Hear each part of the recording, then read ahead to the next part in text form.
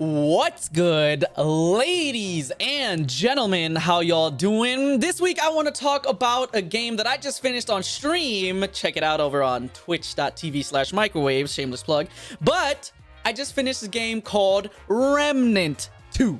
Not just the first one. I actually haven't played the first one, so I might go back and play it now that I know how far this game is. All right, ladies and gentlemen, if you have not heard of Remnant 2, it is basically, it's been commonly described as Dark Souls with guns. And I would tend to agree with that because it basically is Dark Souls with guns. And it is a great idea. Listen, ladies and gentlemen, Remnant 2 is one of those games that once you pick it up, it's very hard to put down. And I'm not lying about that. If you are a Souls gamer, if you're into things like Dark Souls, Elden Ring, Bloodborne, you know, the stereotypical Liza P, you know, typical Souls-like games, Remnant could be right up your alley. I'm not even lying to you. I have not played the original Remnant, but Remnant 2, I could speak for it. There is a great amount of content in this game. I just finished my first playthrough of Remnant 2, and I did get a little bit of assistance from a friend, Dark Justice, shout out, and it was a very, very fun and extremely difficult. Look, I know I'm roasting myself here, right? Because I know I'm roasting myself. I'm gonna say I'm bad because I am, all right? I like Souls games, but I ain't saying I'm good at them, all right? I never said that. And the thing is, unlike most Souls games, there actually is difficulties in this game. There's 4 difficulties. I believe it's something beginner. I don't know what the heck the first one is because I didn't play on that. You know, I know who you think I am. I ain't playing on easy mode. But there's like the easiest level. Then there's veteran, which is only level 2. That's the one I played on because it's the default mode. And I'll tell you, it was difficult. It was a challenge. And I'm only on level 2 of 4. After that, there's ultra, super, ultra beyond nightmare mode. It's just nightmare mode, but you know, it's nightmare mode and then ultra apocalypse mode. I cannot even begin to imagine how difficult that's gonna be. And yes, how difficult it's gonna be because you know I'm gonna hop back on and do another run. I'm going to truly try to challenge myself and see how difficult this game could really get. I know it gets crazy. I know it gets crazy. It is awesome to see. You spawn in, and right when I spawned in at first, when I first loaded up the game, I was a little confused because I saw some of the trailers and artwork, and the world I was in did not look anything like that. I almost felt like I was in The Last of Us or some type of apocalypse game, and I was a bit confused. But I realized that you just had to finish this first little section to get into the main story. And this is where it really starts to get awesome. Basically, there's these big giant crystals, and do not at me about the story. I'm still confused. I'll talk about it in a little bit, but right now, let's just talk about the core gameplay of my experience. Walked in, there's a big crystal, and this crystal is able to teleport you to all these different worlds. Each one is unique with unique enemies, unique landscape, and a completely different universe, really. So they're able to be free with whatever they want. One absolutely super classic Dark Souls looking map. It almost looked like, you know, it's Lendenburg or something like that. Gosh dang, sounded like Britishness. And it was awesome. They had like this nice, awesome, like old-timey Britain map almost. They had an alien world that seemed like it was straight out of some space movie, almost like Alien Isolation or something like that. They had Earth that was corrupted by this plague. There was a ton of cool worlds. You guys got to go in and check them out. Each one's different. Each one has special enemies, special bosses, and each one is just very creative and unique. I really did enjoy being able to go to all these different worlds and all these different landscapes. It really felt like the game just got bigger and bigger because each map, it's big in itself. You have a ton of enemies to keep you occupied and a ton of big bosses. You got side quests and the main quests all in these different worlds. It's really cool and very innovative and unique. Now, there is also multiple classes. This is another reason why I want to go back and do a whole nother run. I did the Challenger, which is basically just like the heavy damage dealer. I had an epic shotgun, a pistol, a revolver. Each one has mods. You could do fire damage, electrical damage, and there is so much more. Guys, I barely scratched the surface on this, and I already did a whole playthrough. There's a ton of creative builds and classes that you can take on and try out. So I did the heavy class just because I love dealing damage and staying alive, baby, just like the Bee Gees. But there's all these other classes you could do as well. Recon, Medic, Scout, and like a ton more. I think there's like, and by a ton, I mean like 4 or 5, I think. but each one has unique abilities and unique looks and styles as well, which, you know, of course it's not too big of a deal, but you know, you want to look cool while you're doing all this stuff, right?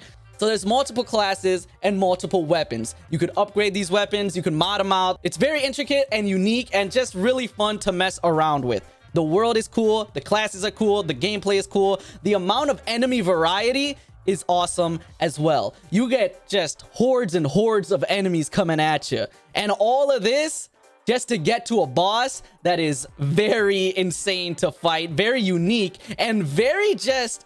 They get creative with these bosses, I'm not gonna lie to you.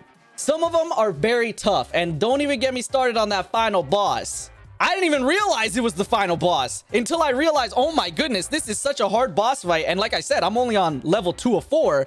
I'm like, there's no way this isn't the last boss fight. I had to call in, I had to phone a friend, all right? At the Dark Justice shout out, I had to call him in and be like, hey man, I need you to help me with this. I need you to heal me. I need you to keep me alive because I don't know how I would have done that without assistance. It is such a cool boss, I'll tell you that though. Now, very clearly, like I said earlier, there's a ton of inspiration from Dark Souls. I mean, at times it really does feel like you're just playing a Souls game. You just happen to have a gun, you know? You just happen to have your LMG, your shotgun or whatever, but there still is melee weapons in the game. You could upgrade those and purchase them as well, but sometimes, obviously with certain bosses, you're not going to be able to utilize those melee weapons as much as you are your guns. But they're still in the game and they're still fun to use. I had a big giant greatsword made out of like gears and whatever. It looked really cool. But ladies and gentlemen, if you have not checked out Remnant, I'm telling you, y'all gotta check this out. If you are a Souls gamer, if you enjoy those games, shout out editor of this video. I know you like them, but check this game out. It is extremely fun. It's on the Game Pass. So if you got Xbox Game Pass, not a sponsor, but it's right on that Game Pass. Nice and easy to acquire. And if not, it is 100% worth the purchase alone. It is a very fun game, a lot of replayability. I know that I'm gonna hop on in there and do a couple more runs. I'm gonna up that difficulty, maybe try a different class, because there is still a lot of places that I didn't 100%. I beat the main quest, the main story, fought all the main bosses, but there is still a lot of areas in a couple of the worlds that I didn't explore. I still have side quests. I still have side quest bosses. And you know how Souls-like games are. The side quest bosses are always much harder than the main ones, right? So I still got a lot to do in this game. Just in my first playthrough here. And then I want to try a different class. I want to try all these different things. A lot of replayability. Like I said, this game is extremely unique. And I'm surprised that it's not even bigger than it is. You know, I really thought, I don't know how this game went under my radar for so long. I don't even remember where I heard of it. I think it was a random top 10 video games or something, Souls-like games. I have no idea what I was watching or what I was doing, but I found this game and I was like, that looks pretty cool, actually. I think I'm gonna check it out. So I did, and this game, it was 100% worth it. It's very fun. Like I said, it's on the Game Pass. Check it out if you already got that, and if not, it's worth the money, y'all. Even if you wait for a sale or some, it's worth the money. It is a good game, enjoyable, lots of replayability, lots of good. The gameplay is great, the gunplay is great, the damage feels awesome, the bosses are unique and challenging, and each one, I mean, exactly like a Souls game. You learn those patterns, you get used to it, and you die and repeat, and it's fun, y'all. I will say this, and this is my disclaimer. I am very confused on the story. I don't think it was that great. The actual story itself, I think that's where it kinda is weak, which isn't the absolute end of the world, because just like any Souls game, the story is there, and it's usually very cool to study or to, you know, go more in depth into the lore, and I'm sure that it's going to be the same with this game. But on a surface level, the story was okay. And the voice acting definitely had some very rough points. The voice acting could use a little bit of improvement. I'm not gonna lie on that part. There was some moments where I was like, ooh, that voice acting is rough. Not gonna lie to y'all. But the main point of any game like this, of a Souls-like game, is the gun. Well, I guess not in every Souls-like because there's no guns, but in this one, it's the gunplay, the combat, the bosses, the area, the environments, the enemies, and the challenges that you face. And that is 100% great and awesome in Remnant 2. It is super fun and super awesome. You could look past the bad voice acting and the mediocre story. And again, I say that loosely in the sense that this was my first playthrough, and I do believe that there is some things I missed. I don't know what the generalized opinion is on the story. I thought it was okay. Like, high mid maybe. I really didn't understand it, and the end of the story was really, what the heck? I don't know if there's multiple endings. You could tell my not knowing, so feel free to educate me if you know more about the lore in the comments section. But I was not a fan of the story. High mid, maybe low mid even. It was not great, and the voice acting was tough. But like I said before, that's not the main focus of these games. Even though the story should be there, it was its weaker point, and the voice acting definitely was the weakest point in this game. But as long as we have good, fun challenges, good combat, good mechanics, everything felt great. I mean, I was having so much fun with the actual gameplay, with the actual challenges of fighting these bosses and enemies, that I understood the story, you know, about clearing the corruption or something, and the gosh dang universe is like a matrix or something like that. I understand, I guess, the surface level. Maybe I'm sounding like an idiot right now, but it really didn't intrigue me as much as the actual gameplay and as much as the actual mechanics and combat and all that. That is where this game shines, and that is what we should focus on. Of course, always be improving the story, always be improving the actual lore, because that's what gets you coming back. That's what gets you invested in the overall world. But the world design, the actual environments are beautiful. The guns are awesome. The combat is fun. It is just overall a great video game. It is super good.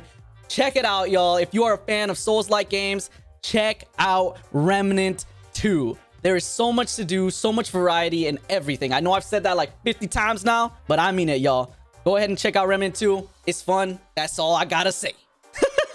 Ladies and gentlemen, I appreciate y'all watching. Thank you so very much for being here. Please do consider subscribing as well as following me on Twitch. All those links are going to be down in the description below. Thanks again for being here, and until next time, I'll see you.